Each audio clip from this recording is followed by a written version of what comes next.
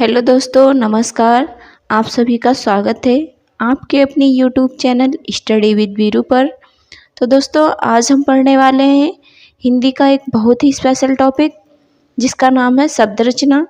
दोस्तों, शब्द रचना से बहुत सारे प्रश्न बनते हैं, जिसे पूछ लिया जाता है रूढ़ शब्द, योग रूढ़, या कहें कि यौगिक शब्द किसे कहते हैं।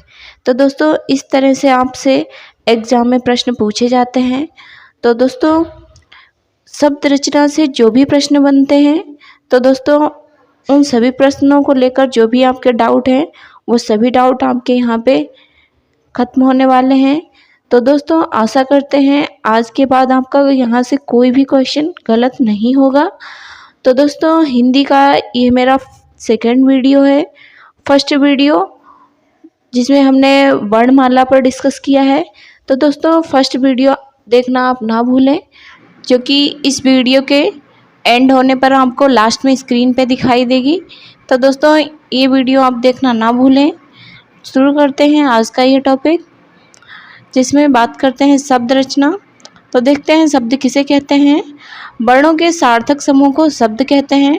दोस्तों, यहाँ से क्वेश्चन भी पूछ लिया जाता है कि शब्द किसे कहते हैं, तो आप बताएंगे वर्णों के सार्थक समूह को शब्द कहते हैं। नेक्स्ट पॉइंट है शब्द भाषा की स्वतंत्र इकाई है। नेक्स्ट है शब्द भाषा की सार्थक इकाई है। दोस्तों, यहाँ से क्वेश्चन बनते रहते हैं, ये पॉइंट आपके लिए बहुत इंपॉर्टेंट है। कभी कभी क्या होता है कि हमें आते हुए क्वेश्चन हम गलत कर देते हैं एग्ज़ाम में। इसका रीज़न क्या होता है कि हम छोटे छोटे पॉइंटों को नहीं देखते हैं, तो इस वजह से हमारे क्वेश्चन गलत हो जाते हैं। दोस्तों, यहाँ पे आप एक एक पॉइंट को ध्यान से देखेंगे, समझेंगे और साथ में नोट करते रहेंगे। तो दोस्तों, देखते हैं नेक्स्ट। एक या अधिक वर्णों से बनी हुई स्वतंत्र सार्थक ध्वनि को शब्द कहते हैं। क्या है? एक या एक से अधिक वर्णों की जो स्वतंत्र सार्थक ध्वनि को हम शब्द कहते हैं।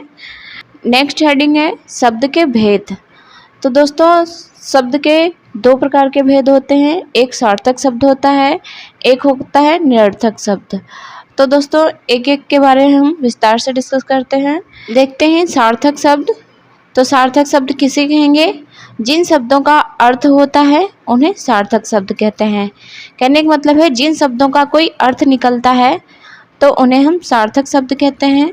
जैसे गंगा, यमुना, सूर्य, पृथ्वी आदि, ये सभी सार्थक शब्द हैं। तो दोस्तों, देखते हैं सार्थक शब्द के भेद कौन कौन से होते हैं। सार्थक शब्दों के कई प्रकार के भेद होते हैं। देखते हैं रचना के अनुसार सार्थक शब्द। नेक्स्ट है उत्पत्ति के आधार पर शब्द। नेक्स्ट है अर्थ के आधार पर। नेक्स्ट पॉइंट है काव्य शास्त्री के आधार पर। नेक्स्ट है विकार या प्रयोग के आधार पर शब्द। तो दोस्तों, इन सभी शब्दों को हम विस्तार से जानेंगे। तो दोस्तों, इस वीडियो में हम रचना के अनुसार जो सार्थक शब्द आते हैं उन शब्दों को जानेंगे, और इसके बाद में जो आगे के जो पॉइंट है वो हम नेक्स्ट वीडियो में देखेंगे।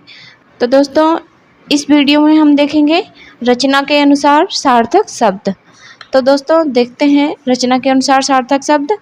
दोस्तों, रचना के आधार पर शब्द के 3 प्रकार के भेद होते हैं। कौन कौन से होते हैं? रूढ़ शब्द, योग रूढ़ शब्द और यौगिक शब्द। तो दोस्तों, इन सभी शब्दों को हम विस्तार से जानेंगे विद एग्जाम्पल कि कौन सा रूढ़ शब्द है, कौन सा योग रूढ़ है और किन शब्दों को हम यौगिक शब्द कहते हैं। तो दोस्तों, इन सभी पॉइंट पर हम विस्तार से चर्चा करते हैं। देखते हैं नंबर 1 रूढ़ शब्द।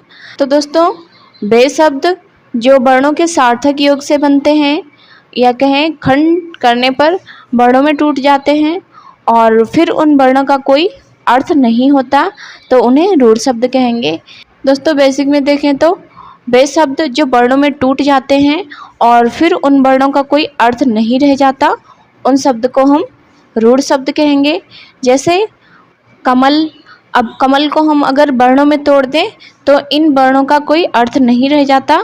तो दोस्तों, इस तरह से रूढ़ शब्द कौन से होते हैं? जिन शब्दों को वर्णों में तोड़ने पर कोई अर्थ नहीं रह जाता उन वर्णों का, उन्हें रूढ़ शब्द कहेंगे।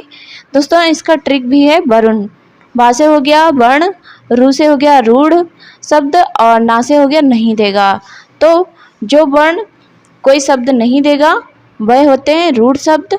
तो दोस्तों अब हम नेक्स्ट देखते हैं यौगिक शब्द। तो दोस्तों वे शब्द जो दो शब्दों के योग से बनते हैं तथा खंड करने पर दो शब्दों में टूटते हैं और उन शब्दों के अपने अर्थ बने रहते हैं, उन्हें यौगिक शब्द कहते हैं। कहने का मतलब है जब दो रूढ़ शब्द आपस में मिलकर कोई तीसरा अर्थ नहीं देते हैं बल्कि उसी शब्द से संबंधित अर्थ देते हैं, उन्हें यौगिक शब्द कहते हैं। जैसे सब्जी मंडी, विद्यालय, वाचनालय, पुस्तकालय। तो दोस्तों इस तरह से सब्जी मंडी मतलब सब्जी प्लस मंडी दोनों का अर्थ है, लेकिन दोनों का एक अपना अर्थ है। तो दोस्तों इस तरह से आप देखेंगे कि यौगिक शब्द किन्हें कहते हैं। अब हम नेक्स्ट बात करते हैं योग रूढ़ शब्द की।